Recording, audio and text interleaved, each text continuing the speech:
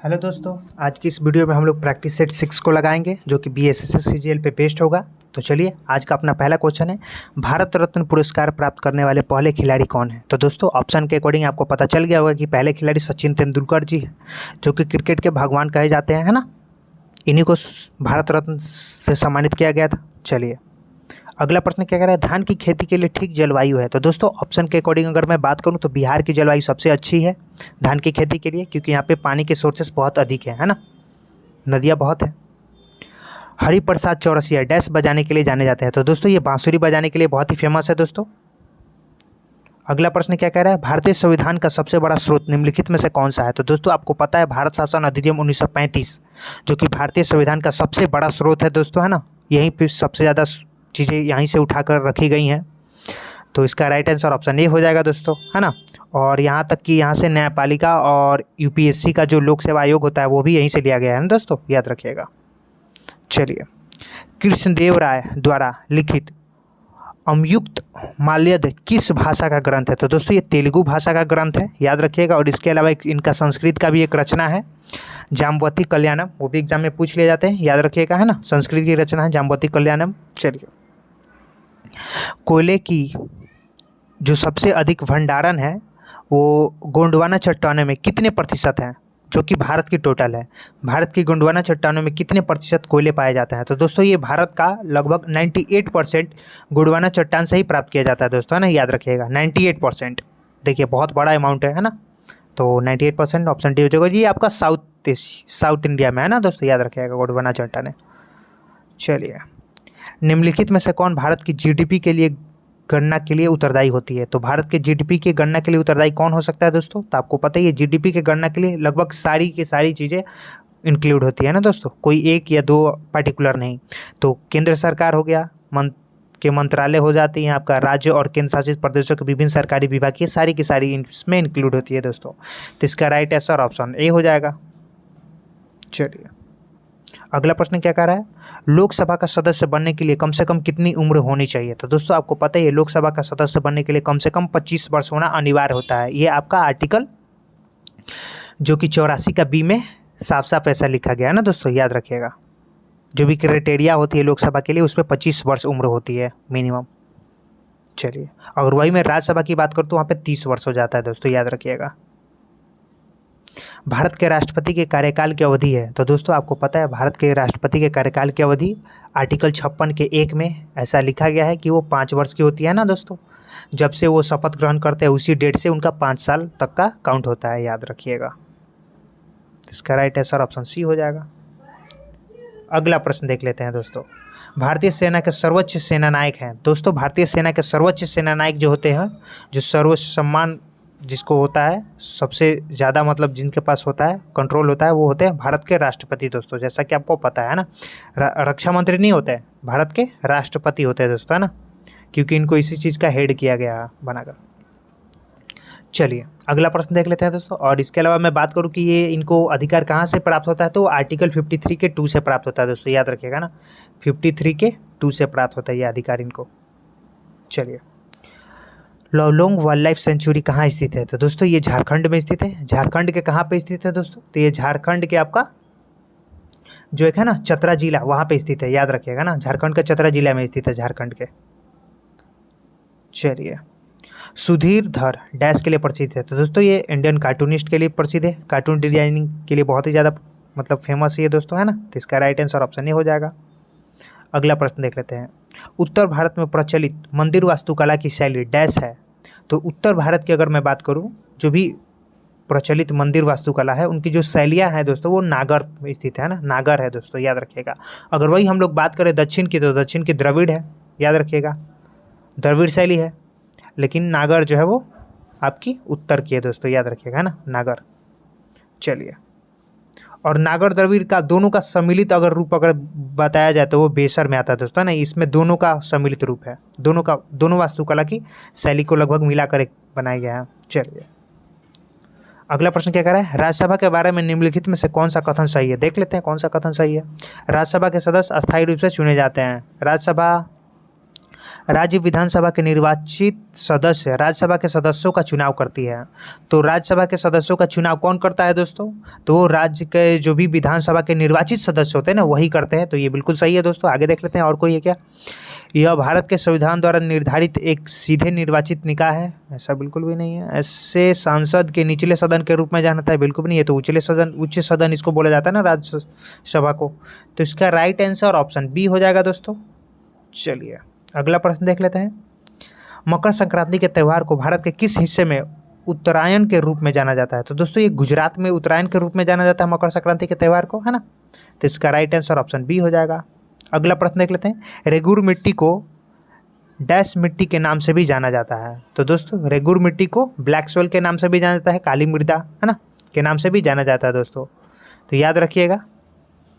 चलिए अगला प्रश्न देख लेते हैं। बलवन का मूल नाम क्या था? बलवन जो कि 1255 से 1287 तक रहता है, इसका मूल नाम क्या था? तो दोस्तों इसका जो मूल नाम था ना, वास्तविक नाम था ना, बहाउद्दीन था दोस्तों, है ना, याद रखिएगा बहाउद्दीन। और ये इल्तुतमिश का गुलाम हुआ करता था। 1266 में क्या हुआ कि ये बलबन के नाम से दिल्ली की गद्दी पर बैठा, है ना, गियासुद्दीन बलबन, याद रखिएगा दोस्तों। 1266 में ये गद्दी पर बैठा था, ये भी याद रखिएगा, बहाउद्दीन। तो इसका राइट आंसर ऑप्शन सी हो जाएगा दोस्तों, है ना। ये इल्तुतमिश का गुलाम हुआ करता था।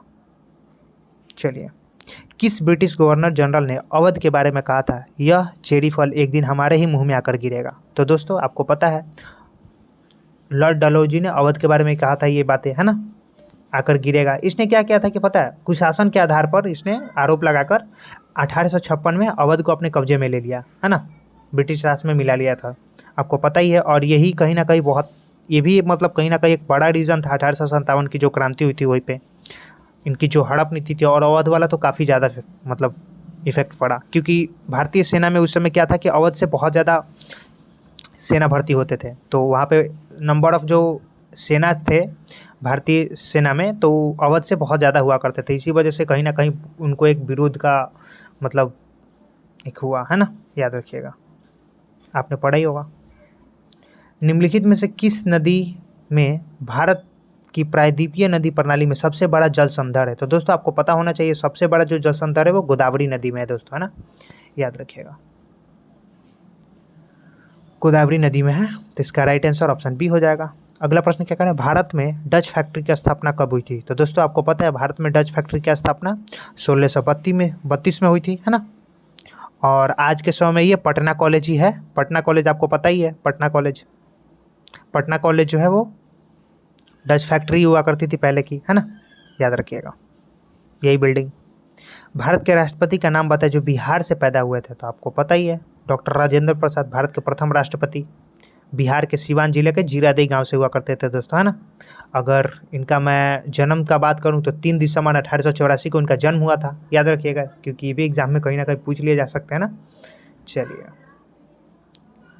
लखनऊ के ऐतिहासिक मकबरा इमामबाड़ा को किसने बनवाया था? तो दोस्तों लखनऊ के उस समय के नवाब आशफउद्दौला ने बनवाया था, है ना, याद रखिएगा। तो ऑप्शन बी इसका राइट आंसर हो जाएगा दोस्तों।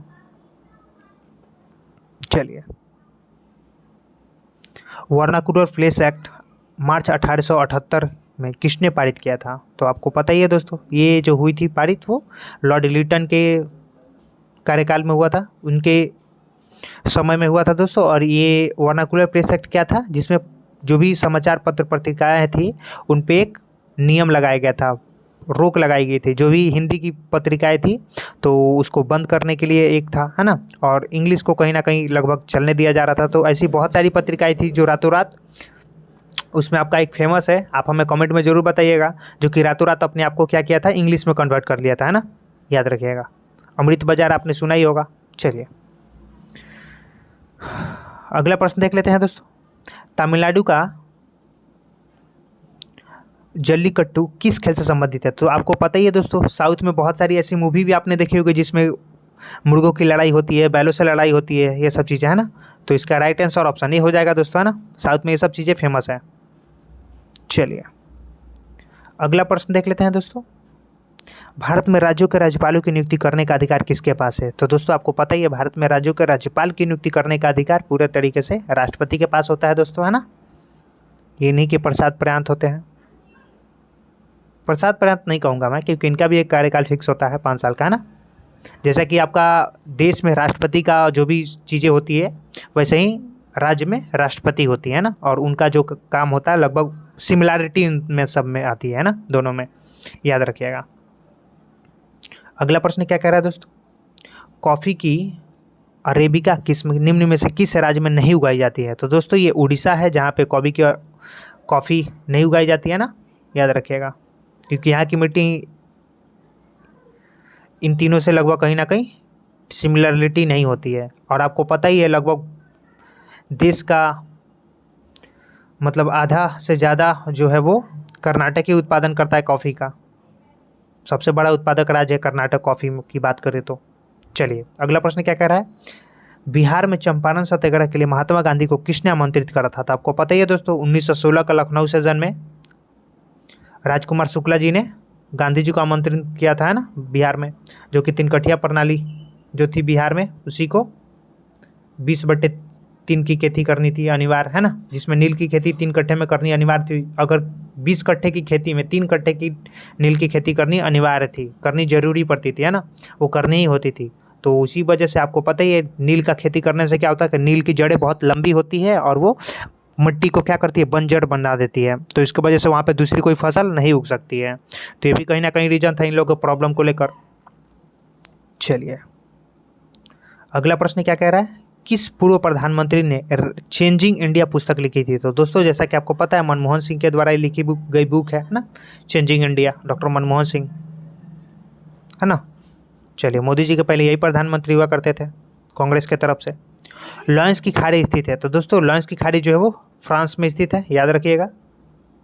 चलिए पोर्टो प्रिंस संबंधित है। तो दोस्तों पोर्टो प्रिंस जो है वो हैती की राजधानी है दोस्तों, याद रखिएगा, है ना। चलिए सुष्मिता सेन किस वर्ष मिस यूनिवर्स का खिताब जीतने वाली पहली भारतीय बनी थी। मिस यूनिवर्स याद रखिएगा, बहुत बड़ा किताब है दोस्तों, और अपने भारत का नाम रोशन किया था 1994 में, है ना, याद रखिएगा, 1994 में दोस्तों। ऑप्शन डी इसका राइट आंसर हो जाएगा।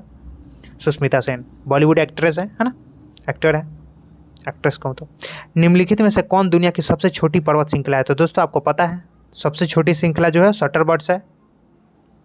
चलिए अगला प्रश्न क्या कर रहा है, भारत में प्रथम उर्वरक कारखाना स्थापित हुआ था।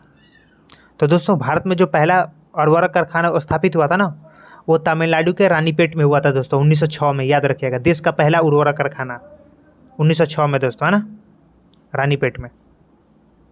चलिए अगला प्रश्न क्या कह रहा है, निम्नलिखित में से किसे भारत की सबसे छोटी नदी माना जाता है। तो दोस्तों भारत की सबसे छोटी नदी और बड़ी नदी है जो कि राजस्थान से निकलती है और वहीं ख़त्म हो जाती है दोस्तों।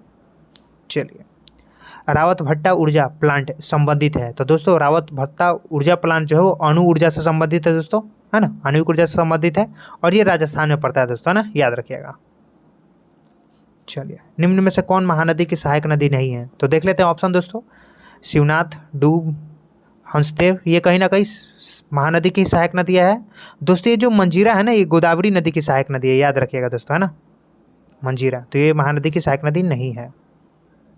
शक्ति स्थल संबंधित है। तो दोस्तों आपको पता है शक्ति स्थल जो है वो इंदिरा गांधी से संबंधित है ना। इसके अलावा अगर राजघाट की बात की जाए तो महात्मा गांधी से संबंधित है। ये सारी चीज़ें आपको पता होनी चाहिए दोस्तों, है ना। शांति वन जो है जवाहरलाल नेहरू से संबंधित है, शांति वन, है ना। और विजय घाट आपको पता है लाल बहादुर शास्त्री से संबंधित है। तो ये भी एग्जाम में क्वेश्चन हो सकते हैं, याद रखिएगा, है ना। चलिए वर्ल्ड इन्वेस्टमेंट रिपोर्ट निम्नलिखित में से किस संस्था का वार्षिक प्रकाशन है। तो वर्ल्ड इन्वेस्टमेंट रिपोर्ट जो है दोस्तों वो अंकटेड का है। इसका ऐसे लिखते हैं क्योंकि यहाँ पे आपका शॉर्ट फॉर्म में लिखा गया है UNCTAD, याद रखिएगा दोस्तों, UNCTAD, अंकटेड, है ना, अंकटेड। तो इसका राइट आंसर ऑप्शन सी हो जाएगा दोस्तों, है ना। अगर इसके फुल फॉर्म की बात कर ली जाए तो यूनाइटेड नेशन, है ना, conference on trade and development, याद रखिएगा, United Nation conference on trade and development, United Nation conference on trade and organisation development and development, है ना, याद रखिएगा। तो ये इसका फुल फॉर्म हो गया, ये भी आपको याद रखना होगा। चलिए निम्नलिखित में से किस देश का संविधान दुनिया का सबसे छोटा संविधान है। तो दोस्तों आपको पता है यूएसए का संविधान जो है सबसे छोटा संविधान है दोस्तों, है ना। लेकिन वही बात की जाए देश दुनिया का सबसे बड़ा संविधान कहाँ का है दोस्तों, तो अपने देश भारत का है दोस्तों। अगर टोटल ऑफ वर्ड की बात की जाए, शब्द की बात की जाए संविधान में, यूएसए के संविधान में अगर टोटल नंबर ऑफ वर्ड देखिएगा ना तो आपको मतलब थोड़ी सी अजीब लगेगा, 4543 है। अगर वही हम लोग देखें किसी एक बुक की तो वहाँ पे इससे भी बहुत ज़्यादा वर्ड हो सकती हैं।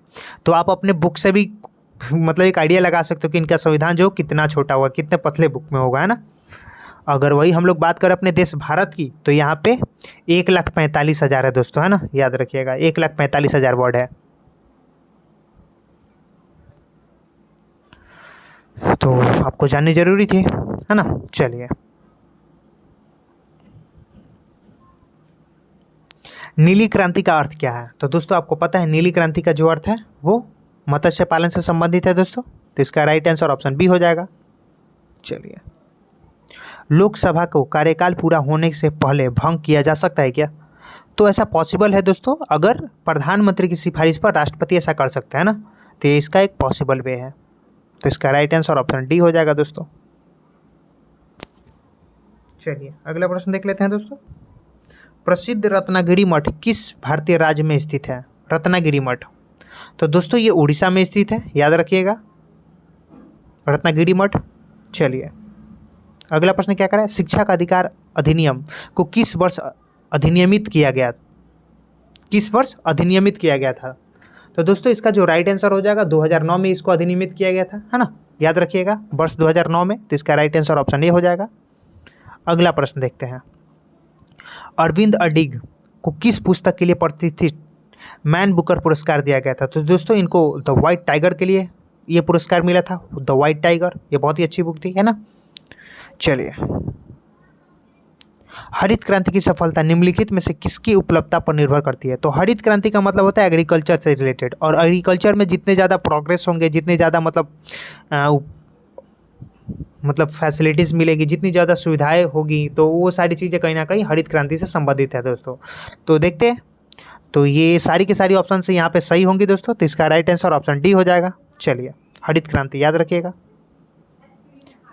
कृषि मूल्य आयोग और भारतीय खाद्य निगम कब स्थापित हुए थे, तो भारतीय खाद्य निगम और कृषि मूल्य आयोग का स्थापना 1965 में हुआ था दोस्तों, है ना, याद रखिएगा 1965 में हुआ था। अगला प्रश्न देखते हैं, नाबार्ड जो ग्रामीण विकास के लिए ऋण देता है वो क्या है, तो दोस्तों वो एक विकास बैंक है, याद रखिएगा, है ना, एक विकास बैंक है। अगर मैं इसकी स्थापना की बात करूं तो इसकी स्थापना 12 जुलाई 1882 में हुआ था दोस्तों, है ना, 12 जुलाई 1882 में हुआ था, याद रखिएगा, है ना, 82 में, सॉरी। चलिए, अगला प्रश्न देख लेते हैं दोस्तों,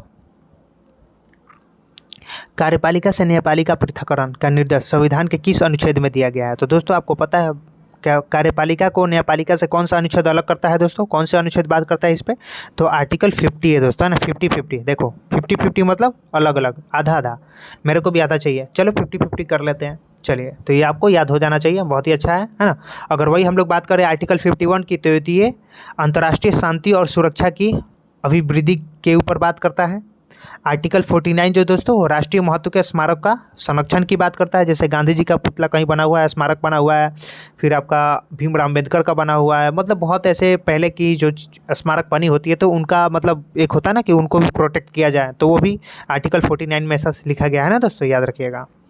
फिर आपका अनुच्छेद जो 48 है ना, ये कृषि और पशुपालन का संगठन के ऊपर बात करता है ना, ये भी याद रखिएगा, कृषि और पशुपालन के संगठन के ऊपर। चलिए, अगला प्रश्न क्या कर रहा है, तुलबुल परियोजना किस नदी पर स्थित है, तो दोस्तों ये तुलबुल परियोजना जो है झेलम नदी पर स्थित है, जो कि जम्मू कश्मीर में है दोस्तों, आपको पता ही है। चलिए, भारत के नॉर्थ में बहने वाली नदियों में से एक है ना। अगला प्रश्न क्या कह रहा है, झूमुर किस राज्य की एक पारंपरिक लोक नृत्य है, तो दोस्तों आपको पता है झूमुर जो है वो असम का एक पारंपरिक लोक नृत्य का स्वरूप है ना। ये वहाँ की जो चाय जनजाति है ना, उन्हीं का एक पारंपरिक नृत्य है दोस्तों। तो इसका राइट आंसर ऑप्शन डी हो जाएगा दोस्तों। चलिए, अगला प्रश्न देख लेते हैं, वायुमंडल में ओजोन की कमी को डैश से जोड़ा गया है, तो आपको पता ही है दोस्तों, वायुमंडल में ओजोन की कमी को CFC से जोड़ा गया है। CFC क्लोरोफ्लोरोकार्बन, है ना। तो इसका राइट आंसर ऑप्शन बी हो जाएगा दोस्तों। अगला प्रश्न देख लेते हैं, एंटीबायोटिक क्या होती है। तो दोस्तों एंटीबायोटिक जो होती है वो एक दवा होती है, आपको पता है। चलो भाई जाके एंटीबायोटिक ले लेते हैं, कोई चीज़ होती है तो, है ना। तो याद रखिएगा।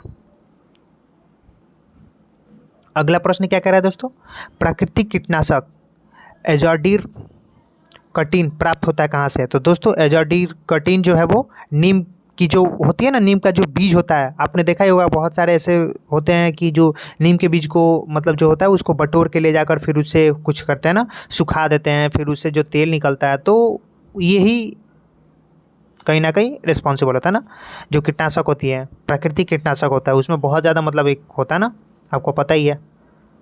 तो ये नीम के जो बीज होता है ना, तो नीम से ही कहीं ना कहीं ये प्राप्त होता है दोस्तों, याद रखिएगा। तो इसका राइट आंसर ऑप्शन बी हो जाएगा। ये बहुत ज़्यादा फायदेमंद होता है, बहुत सारे लोग तो खाते भी हैं, हालांकि कड़वा थोड़ा लगता है लेकिन खाते भी हैं, है ना।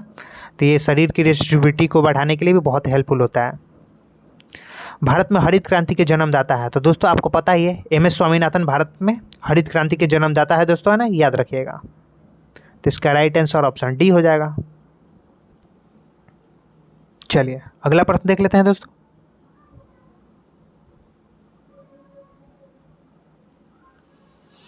निम्नलिखित में से कौन वायु प्रदूषक नहीं है। तो दोस्तों देख लेते हैं वायु प्रदूषक कौन सा नहीं है। तो यहाँ पे CO2, CO, SO2 सभी वायु प्रदूषक गैस ही है, लेकिन अगर DDT की बात की जाए तो ये एक ठोस कीटनाशक होता है दोस्तों, आपको पता होना चाहिए ना। ये एक ठोस कीटनाशक होता है और ये जल प्रदूषण का कार्य करता है दोस्तों, है ना, याद रखिएगा। DDT जल प्रदूषक का काम करता है। चलिए अगला प्रश्न देख लेते हैं दोस्तों, DNA का मॉडल प्रस्तुत करने में 1962 में नोबेल पुरस्कार किसको प्राप्त हुआ था। तो आपको पता ही है दोस्तों, हेलिक्स फॉर्म में, है ना। फिर कुछ ऐसा रहता है, मैं थोड़ा सा कलर चेंज करके आपको दिखाने की कोशिश कर रहा हूँ, ऐसा कुछ समथिंग, मतलब मैं बहुत ही अच्छे से नहीं कर पाया, फिर भी, है ना, याद रखिएगा। तो ये आपका वाटसन और क्रिक को प्राप्त हुआ था दोस्तों, है ना। तो इसका राइट आंसर ऑप्शन ए हो जाएगा। चलिए अगला प्रश्न देख लेते हैं दोस्तों, याद रखिएगा ऐसे क्वेश्चन पूछ लिए जाते हैं एग्जाम में, है ना। और रॉबर्ट हुक के बारे में मेरे को आप बताइए, रॉबर्ट हुक के बारे में, है ना, वायरस की खोज करी थी ना इन्होंने। चलिए कीटभक्षी पौधे होते हैं। तो दोस्तों आपको पता है कीटभक्षी पौधे जो होते हैं वो, उसमें अगर मैं बात करूँ तो गुलाब, नागफली, अमरबेल तो ऐसे बिल्कुल भी नहीं है। ड्रोसेरा जो है दोस्तों, है ना, इसको सैडो बोलते हैं इंग्लिश में, सैंडो, है ना, सैंड्रो। तो इसका राइट आंसर ऑप्शन बी हो जाएगा दोस्तों। ये क्या करता है कि जो भी छोटे छोटे कीट उस पर बैठते हैं ना, तो उसको ये कैप्च करके उसको ये डाइजेस्ट कर जाता है, तो उसी को हम लोग बोलते हैं ये कीटनाशक पौधा है ना, याद रखिएगा। जैसे मक्खियाँ वक्खियाँ हो गई, है ना, छोटी छोटी चीज़ें जो भी होती है। चलिए निकोटीन पाया जाता है। तो दोस्तों आपको पता है निकोटीन जो है एक नशीली पदार्थ है और ये तंबाकू की पत्तियों में पाया जाता है दोस्तों, है ना। चलिए तो इसका राइट आंसर ऑप्शन बी हो जाएगा, निकोटीन, आपको पता ही होगा। अगला प्रश्न देख लेते हैं, जीव की उत्पत्ति जीव से होती है, यह कथन की सत्यापन किसने किया था। तो दोस्तों इसका सत्यापन जो किया था ओपेरी ने किया था, है ना, याद रखिएगा, ओपेरी ने किया था। जीव की उत्पत्ति जीवों से ही होती है।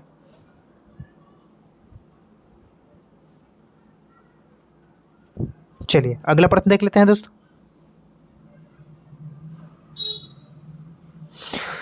दुमट्टी लोब मिट्टी में मिट्टी का कौन सा कण मिलता है। तो दोस्तों आपको पता है जो दुमट्टी होती है, लोब मिट्टी, उसमें सबसे अधिक तो बालू मिट्टी पाई जाती है, बालू के कण पाए जाते हैं। फिर उसके बाद चिकनी मिट्टी भी के कण भी पाए जाते हैं उसमें, है ना। तो ये भी याद रखिएगा, यहाँ पे चिकनी मिट्टी पाई जाती है और पासु कण भी कहीं ना कहीं मिल जाती है इसमें, है ना। तो इसका जो राइट आंसर हो जाएगा दोस्तों वो हो जाएगा आपका ऑप्शन डी, क्योंकि बालू कण भी इसमें 40% के लगभग होती है, 40%। फिर चिकनी कण भी आपका 40% होता है चिकनी मिट्टी का।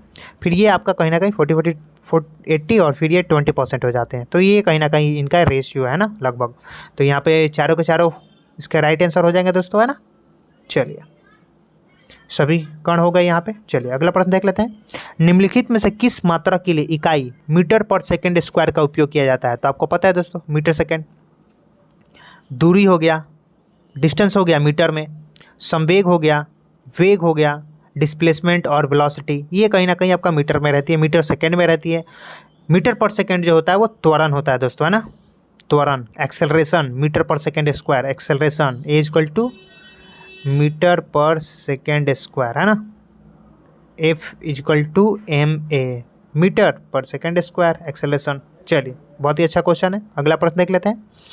किस मिट्टी में केशिका कैपिलरी सबसे अधिक प्रभावशाली होती है? तो दोस्तों आपको पता ही है, ये जो होती है वो बलुई मिट्टी में सबसे ज़्यादा प्रभावशाली होती है ना, क्योंकि इसमें अगर लक्षण की बात की जाए तो ये 85% के अप्रॉक्स इसमें होता है ना दोस्तों, याद रखिएगा। तो इसका राइट आंसर ऑप्शन सी हो जाएगा। चलिए, खनिज क्या है? तो दोस्तों खनिज जो होता है वो एक अकार्बनिक ठोस होता है, याद रखिएगा ना, अकार्बनिक ठोस होता है।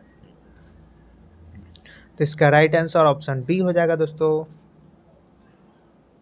अगला प्रश्न, एक ही प्रकार का परमाणु निम्नलिखित में से किससे मिलता है? तो दोस्तों एक ही प्रकार का अगर परमाणु होते हैं ना, तो उनका जो प्राकृतिक तत्व होते हैं दोस्तों, है ना, किससे मिलता है? प्राकृतिक तत्वों से मिलती हैं। तो ये भी आपको ध्यान रखना है। एक ही प्रकार के परमाणु जो होते हैं प्राकृतिक तत्वों में ही पाए जाते हैं ना। प्राकृतिक तत्वों की अगर बात करें तो वो छोटे से छोटे कण जो किसी भी रासायनिक अभिक्रिया में भाग ले सकते हैं परंतु स्वतंत्र अवस्था में नहीं रह सकते हैं, है ना, तो वही होते हैं प्राकृतिक तत्व, है ना, याद रखिएगा। और परमाणु के 3 कण होते हैं, आपको पता ही है, प्रोटॉन, इलेक्ट्रॉन और न्यूट्रॉन, है ना, ये भी आपको पता होना चाहिए। तो ये मुझे लगता है कि आपको इसका अच्छा सा हो गया डिफाइन। चलिए अगला प्रश्न देख लेते हैं दोस्तों।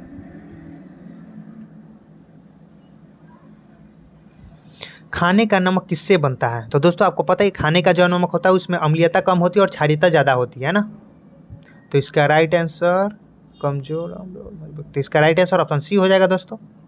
चलिए अगला प्रश्न देख लेते हैं। पौधे जो नमक युक्त मिट्टी में उगते हैं को क्या कहते हैं?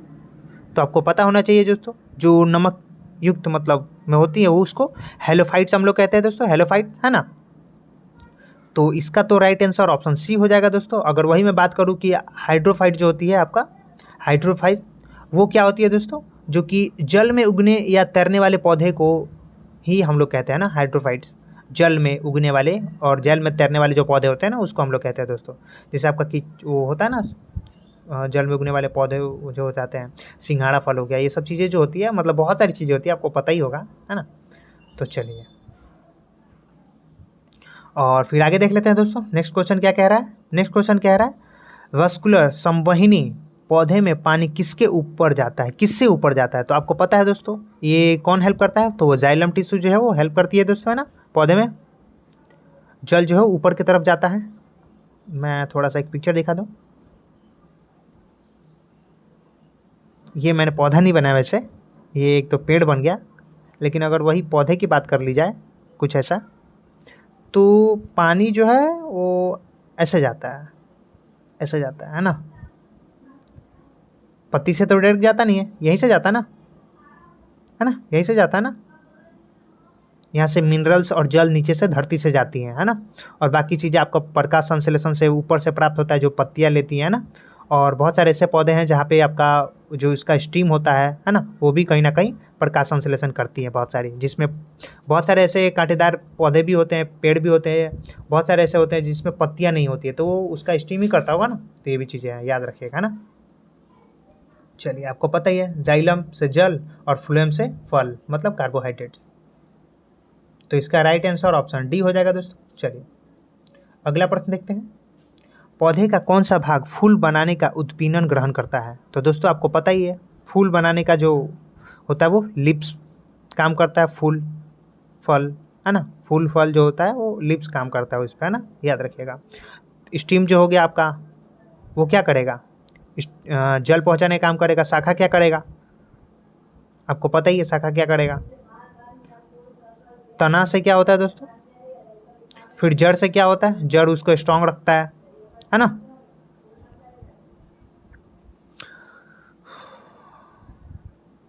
आपको पता ही है तना जो होता है जो भी प्रकाश का जो मतलब आता है, प्रकाश आता है तो उसके साइड में क्या करता है, ये अपने आप को ग्रोथ करता है ना, याद रखिएगा। और अगर वही बात की जाए जड़ की, तो पौधे का और वही भाग होता है और वो मूलांकर से विकसित होती है दोस्तों, आपको पता ही है। और पौधे की शाखा का कार्य क्या होता है, तो वो फ्लोएम के लिए मदद करता है दोस्तों, है ना, शाखा की अगर बात की जाए तो, ब्रांचेस की। चलिए, तो इसका जो राइट आंसर हो जाएगा दोस्तों, वो आपका हो जाएगा लीव्स। अगला प्रश्न देखते हैं। सहज प्रणाली का परिवर्धन निम्नलिखित में से कौन सा है? तो दोस्तों आपको पता ही है, सहज प्रणाली का जो परिवर्धन प्रणाली है वो क्या है दोस्तों, स्वपोषी प्रक्रिया के रूप में परिभाषित किया जा सकता है इसको, है ना। किसमें? स्वपोषी प्रक्रिया के रूप में। सहज प्रणाली मुख्यतः तंत्रिका प्रणाली का ही एक भाग होता है, याद रखिएगा दोस्तों, है ना, तंत्रिका प्रणाली का ही एक भाग होता है। तो इसका राइट आंसर ऑप्शन सी हो जाएगा, स्वपोषी क्रिया होती है यहाँ पे, है ना, क्योंकि स्वपोषी प्रक्रिया के रूप में ही तो इसको डिफाइन किया जाता है ना, सहज प्रणाली को। चलिए, पैरामीशियम डैश के द्वारा प्रजनन करता है। तो दोस्तों पैरामीशियम जो है वो द्विखंडन विधि द्वारा प्रजनन करता है, याद रखिएगा ना, द्विखंडन विधि द्वारा प्रजनन करता है। तो इसका राइट आंसर ऑप्शन डी हो जाएगा। तो दोस्तों आपको ये वीडियो कैसा लगा, आप हमें कमेंट में जरूर बताइएगा, और अपने स्कोर को भी साथ साथ आप कितना समझ पा रहे हो, कितना आपको हो रहा है। अगर रेगुलर आप मेरे इस सीरीज को देख रहे होगे तो आपको बहुत सारे क्वेश्चन ऐसे होंगे जो रिवाइज होते होंगे रेगुलर बेसिस पे। तो ये बहुत ही अच्छी बात है, क्योंकि प्रैक्टिस का मेन मोटिव भी होता है कि क्वेश्चन को रिवाइज कर लेना, है ना, जो भी आपने पढ़ी है उसको रिवाइज कर लेना, और अपने आप को कहीं ना कहीं यहाँ पे एनालिसिस करते हुए चलना, है ना। तो बहुत ही अच्छी बात है। ऑल द बेस्ट गाइज आपके एग्ज़ाम के लिए। Thank you. जय हिंद, जय भारत।